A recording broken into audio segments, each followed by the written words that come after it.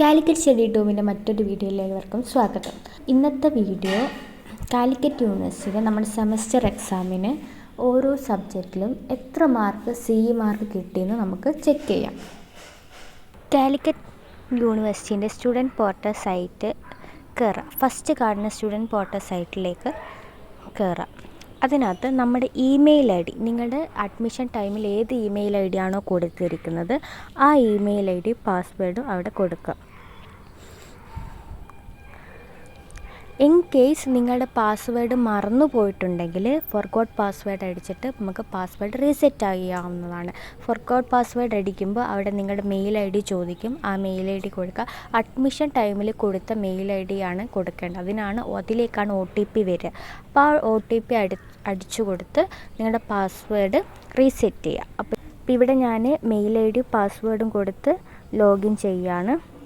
അപ്പോൾ mail I ഡിയും പാസ്വേഡും കൊടുത്ത് ലോഗിൻ ചെയ്ത് കഴിഞ്ഞാൽ ഇങ്ങനെ ഒരു വെബ്സൈറ്റ് ഓപ്പൺ ആയിട്ട് വരും. അപ്പോൾ ഇതിൻ്റെ ലെഫ്റ്റ് സൈഡിൽ ഇങ്ങനെ ഒരുപാട് ഓപ്ഷൻസ് കാണാം. അപ്പം നമ്മൾ ഇന്ന് ചെക്ക് ചെയ്യുന്നത് നമ്മുടെ ഓരോ സെമ്മിലും നമുക്ക് എത്ര മാർക്ക് കിട്ടിയെന്നാണ് നമ്മൾ ചെക്ക് ചെയ്യാൻ പോകുന്നത്. അപ്പോൾ ഇവിടെ ഇൻറ്റേർണൽ മാർക്ക് എന്ന് പറഞ്ഞൊരു ഓപ്ഷൻ കാണും, അത് ചെക്ക് ചെയ്യുക. അപ്പോൾ ഇവിടെ ഇങ്ങനെ ഒരു പോർട്ടൽ ഓപ്പൺ ആയിട്ട് വരും. ഇവിടെ നമ്മുടെ ഫോട്ടോവും ഹോൾ ടിക്കറ്റ് ID ഉള്ള ഒരു വെബ്സൈറ്റ് ഓപ്പൺ ആയിട്ട് വരും.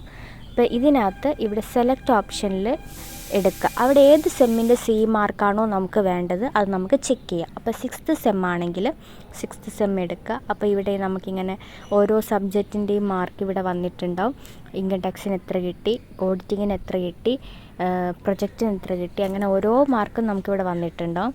അതല്ല 5th സെം ആണെങ്കിൽ 5th സെം എടുക്കുക, ചെക്ക് ചെയ്യുക, നമുക്ക് എത്ര മാർക്ക് കിട്ടി നോക്കാം. 4th സെം എടുക്കുക, ചെക്ക് ചെയ്യുക. അങ്ങനെ നമ്മൾ ഓരോ സെം എടുത്തു നമ്മൾ ചെക്ക് ചെയ്യുക. നമുക്ക് മാർക്ക് കിട്ടിയോ, മാർക്ക് ഫുൾ മാർക്കാണോ കിട്ടിയത്, അല്ലെങ്കിൽ ഓരോ സബ്ജക്റ്റിൽ എത്ര മാർക്കാണ് മാർക്ക് കുറഞ്ഞതെന്നൊക്കെ നമുക്കിങ്ങനെ ഓരോ സെമ്മും നമുക്ക് എടുത്ത് നോക്കുമ്പോൾ ചെക്ക് ചെയ്യാൻ പറ്റും.